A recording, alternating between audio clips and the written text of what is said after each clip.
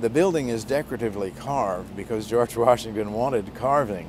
And he even said in a letter to the commissioners, he said, I don't think it's so much in fashion anymore. However, he wanted it, and he had a way of saying, I require it, and he didn't explain. So he got it, and the stonemasons gave him what he wanted. There were two of them who remained, and most of the stonemasons went back home. Two did remain here, and one remained permanently. So they probably had married here, I don't know.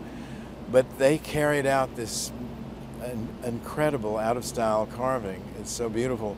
The greatest part of it is a 14-foot swag or festoon over the front door, which is carved with lilies and flowers and griffins and acorns and everything you can think of. It's very lush over the front door. Probably the finest example of carving in America for 100 years. It was beautiful. And the columns they did, cresting the columns, it's not gaudily done.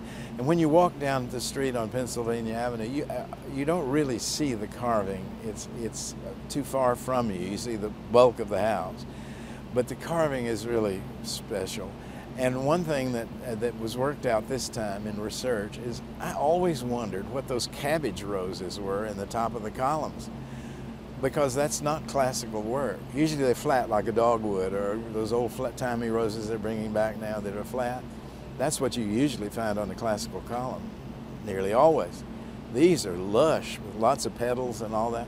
Well, it seems that in the 1780s, the Scots propagated a rose, double rose. It's called the Scottish double rose.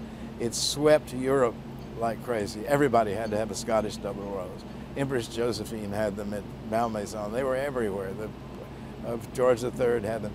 Everybody had them. And finally, you know, duh, we should have figured that out 20 years ago, but we didn't. And that's their trademark, or their gift to the house, is the Scottish rose.